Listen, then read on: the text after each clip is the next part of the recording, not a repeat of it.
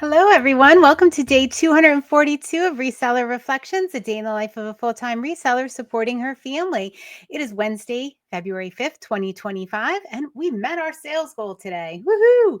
All right. And full disclosure, man, I just finished shipping. I shipped a couple things just so we could get to the sales goal because we wouldn't have been there otherwise if I didn't pack up this afternoon's sales, every single one of them to get there. But I wanted to come on here and say I've hit it, and hopefully you guys are hitting it as well.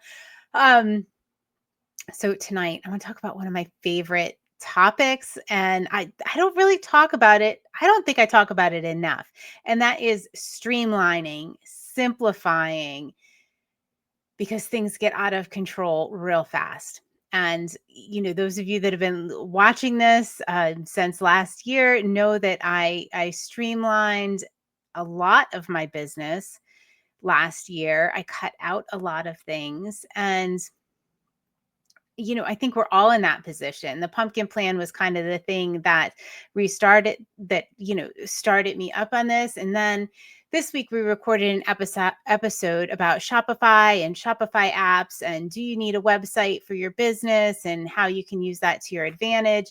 And one of the main takeaways from talking about that for me was that you don't want to keep adding, like, anything you add to your business, any system, any integration, any platform, you really need to think long and hard about, because it's expensive. And it took me kind of back to what I used to do for a living. So I was a project manager and I worked in systems integration. And I really learned so much in that job about life and about systems and about processes and things like that. And one of the main things that kept getting here at home was that anytime you add something, right? It might seem like the solution, but there is time, there is cost, there is added maintenance. Like, it gets increasingly more complex and more expensive and less efficient. Even if it is answering one of your problems, it's likely creating a whole host of other issues. Not saying, I mean, that's what I did, right? Like, we integrated systems and we did that, but it's never smooth. There's always like hidden costs, whether that's time, whether that, like I said, maintenance. And it's really something that we need to really put a lot of thought into as resellers, because there's a lot of kind of like ad hoc stuff that we do. Like, maybe we're adding on a cross listing software. Maybe, we have something that manages our consignments. Maybe we're thinking about putting up a website. Maybe we're thinking about using Shopify and using some of the amazing integrations there are with that. Like, it's so tempting, and we think that it is solving a lot of problems. Go listen to our episode. I will link it up in the show notes and at the end of this video, but go listen to the episode from last week if you are even if you're not thinking, I think you might get something out of it, even if you're not, considering using a website or having Shopify or doing any of those things. I think there's definitely some information to be gleaned from that.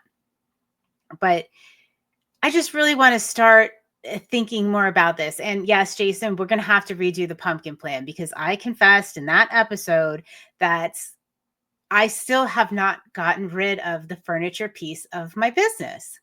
And that was something that I needed to streamline. Does it make me money? Yes, and it continues to make me money. Is it worth the expense and the disruption to my process and the storage? No, it's not. And was a really hard realization for me to come to terms with. And I've made progress in kind of eliminating that. But I had a little backslide, and I really just need that reinforced. So maybe I'm just recording this all about streamlining for my own benefit. Like, really, I'm saying I'm talking to you guys, but I'm also very much talking to myself. One of the things that I did early on once, and I did it again, I think it was maybe at the beginning of 2024, end of 2023, was I did a little experiment, 3-month experiment, where I added platforms and I added all the things. and I saw if it was worth the time and effort I was putting in. And you guys are not going to want to hear this. For me, it was not worth the time and effort I was putting in. Because all of those little things, you say, oh, it only takes me a minute to cross-list something to Mercari. Oh, it only takes me, well, then you have to maintain that. Then you might have double sales. Then you have to manage that inventory. Then you have to delist and adjust the inventory. Like, it's not just as easy as it takes me a couple seconds to cross list it. There's way more involved than that. And I came out on the side that it really was not worth the time and effort. And now I am paying for that big time as I